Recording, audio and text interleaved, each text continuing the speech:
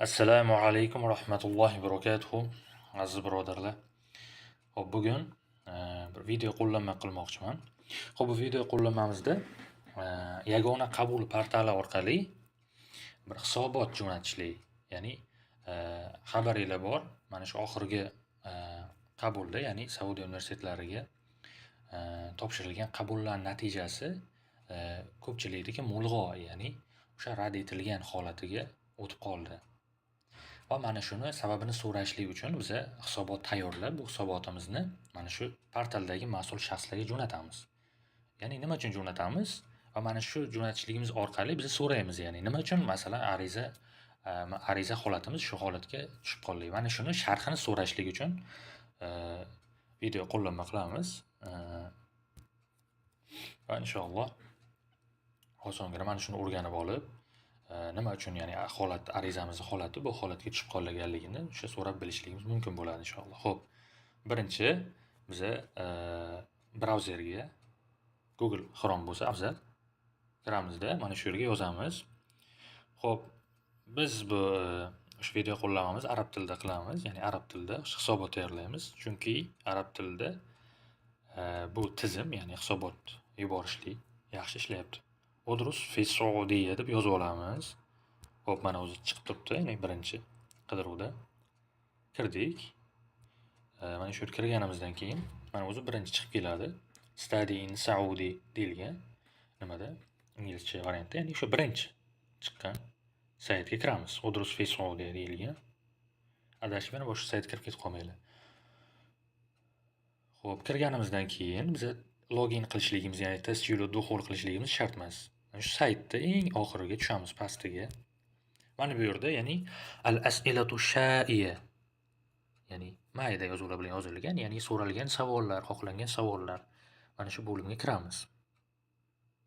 Kirdik, mana chiqib keldi bu bo'limda. Xo'p, ba'zi bir savollar berilgan, ya'ni o'zlaringiz qiziqtirgan mana shu savollarni javoblarini ham qidirib topishinglar mumkin bo'ladi bu yerda. Masalan, ma hiya marohilu allati yamuru biha talabul minha. Ariza, ya'ni qaysi holatlardan o'tadi degan savollar, ya'ni turli xil savollar bor bu yerda. Qiziqsanglar bemalol tanishib chiqishinglar mumkin. Xo'p, agarda bu yerda o'sha siz qidirgan savollarni topmasangiz, quyidagi yo'llar orqali ham bog'lanishingiz mumkin deyapti. Tavassul ma'ana bir raqamul muhaddad, o birinchi yo'li o'sha qisqa raqam orqali bog'lanishimiz mumkin ekan. Ya'ni 199 96 raqam orqali. Mawa'idul amal min al-ahad ila al-khamis as-sa'a 9 sabahan hatta as-sa'a 3 masa'an. Ya'ni ish vaqtlari yakshanbadan payshanbaga qadar ertalabki 9 dan kechqurungi 3 ga qadar bo'ladi. Ya'ni ish vaqtlari deyiladi. Xo'p, bizga bu kerak emas, biz telefon orqali emas, biz shu yozish hisobot orqali, ya'ni yozma hisobot orqali, ya'ni sharh so'ramoqchi biz. Mana tavassul abro tadhakkur da'mul fanni tavassul ma'ana. Mana shu ikkinchi tariqasi bizga kerak. Yatimmu ar-rad ala istifsaratikum خلال 24 ساعة نشكركم لتفهمكم. Xo'p, bu yerda o'sha 24 soat ichida sizlarni o'sha savollaringizga javob beriladi, ya'ni so'rovlaringizga deyilyapti. Xo'p, kirib olamiz, mana shuni bosdik. Kirganimizdan keyin da'mul fanni degan narsa bizga chiqib keldi. Da'mul fanni.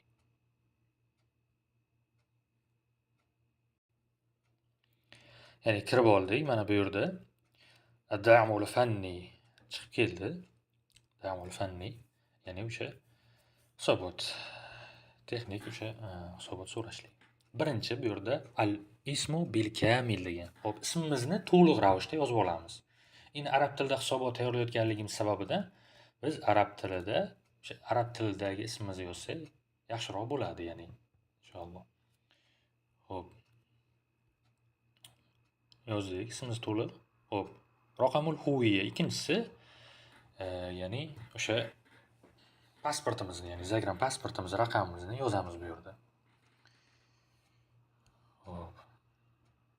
E'tibor beramiz, faqat o'sha raqamlarimiz hammasi to'g'ri bo'lishligi kerak. Xato bo'lmasin.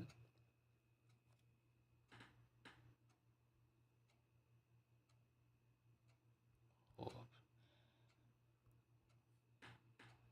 pasport yozdik. Xo'p, uchinchisi raqamul javval, telefon raqamimizni yozib olamiz. Xo'p.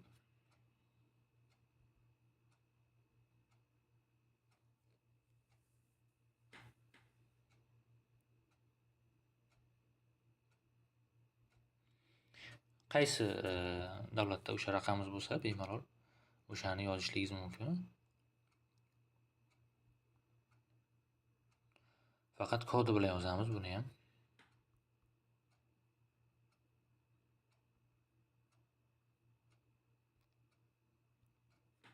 Xo'p, keyingisi al-baridul elektroniy, ya'ni bu yerda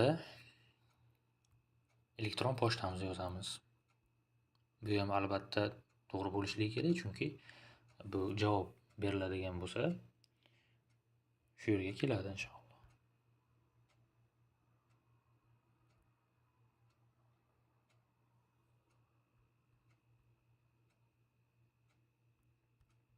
Diqqat bilan to'g'ri qilib terib olamiz.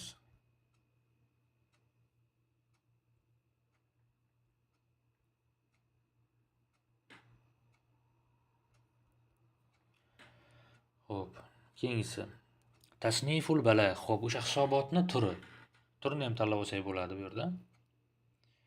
Xo'p, uxroni qo'yaveramiz. Ya'ni boshqa qo'ydik. Tasniful balagh val far'i degan bu yerda ham o'sha uxroni qo'yib oldik. Xo'p, unvan, ya'ni biz o'sha hisobotimizni, ya'ni nimasi, ya'ni nomi, nima masalada murojaat qilyapmiz, ya'ni bu narsani yozib olamiz. Ya'ni hamma xohlagan muammosini o'sha yozishligi mumkin. Ya'ni hammada har xil holat bo'lishi mumkin. Ba'zilarda muayyan holati, ba'zilarga xullas hammada har xil muammolar, ya'ni masalan ba'zilarga o'sha javob kelgan, masalan kontrakt o'qishlik uchun so'rov kelgan, unga javob berisha olmayapti. Hammada har xil muammolar. Xullas o'sha muammolaringizni bemalol yozishligingiz mumkin. Xo'p, buni arab tilida yozsak albatta yaxshiroq. Ya'ni biz nima qilamiz? O'sha ya'ni yozamiz ta'liq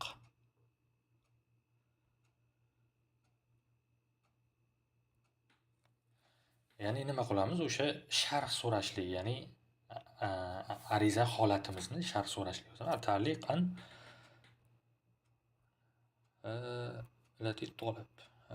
talab qildik. Ya'ni o'zlaringiz xohlagan muammolaringizni o'sha nomini yozishlaringiz mumkin. Mana shu tarzda yozdim. Xo'p, endi vasfda endi muammolaringizni sharhlab bemalol yozaverasizlar. Xo'p. Masalan, men yozaman. Xo'p. Ana halatut talabi. Xo'p.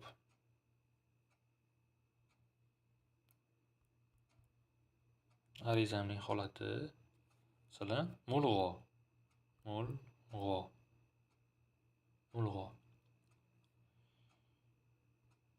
ولا أعلم ماذا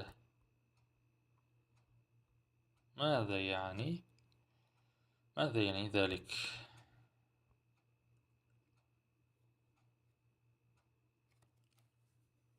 خب فاشرحني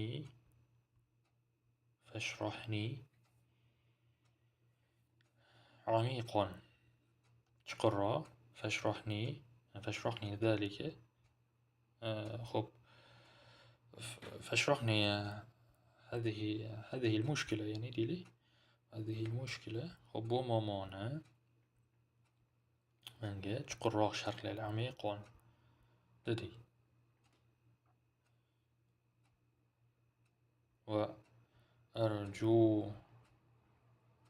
وأرجو منكم التوضيح، ya'ni o'sha ochiqroq bir bayon qilishlaringizni, ya'ni yoritib berishlaringizni so'rayman deb yozdim. Xo'p. Keyin bu yerda ixtiyorul milf bor. Agar masalan biror bir fayl qilib yoki rasm qilib shu narsa qilishlaringiz ham mumkin. Tayyor qilganlaringizdan keyin shu ixtiyorul milfni, ya'ni bosib milfni Bu yerda o'sha rasm yoki faylni ham isbot tariqasida berishlaringiz mumkin. Xo'p, men uni qilmayman. Xo'p, keyin mana ramz degan yeri bor. Nima ko'rib turgan bo'lsanglar, xuddi shunday qilib ar-ramzul mar'iyni kiritamiz. Xo'p, mana kiritdik. Endi ersalni bosamiz. Alhamdulillah, tamma istalamu talabikum binajah. Sanaqumu birad alaykum bi aqrabi vaqt va raqamut talab huwa. O'sha raqamli talablarni bizga berdi. Rahmat, ya'ni bizga talab jo'natganligingiz uchun va biz eng yaqin vaqtda sizlarga ya'ni javob beramiz. Va o'sha hisobot raqami quyidagicha deb bizga ma'lumot berdi.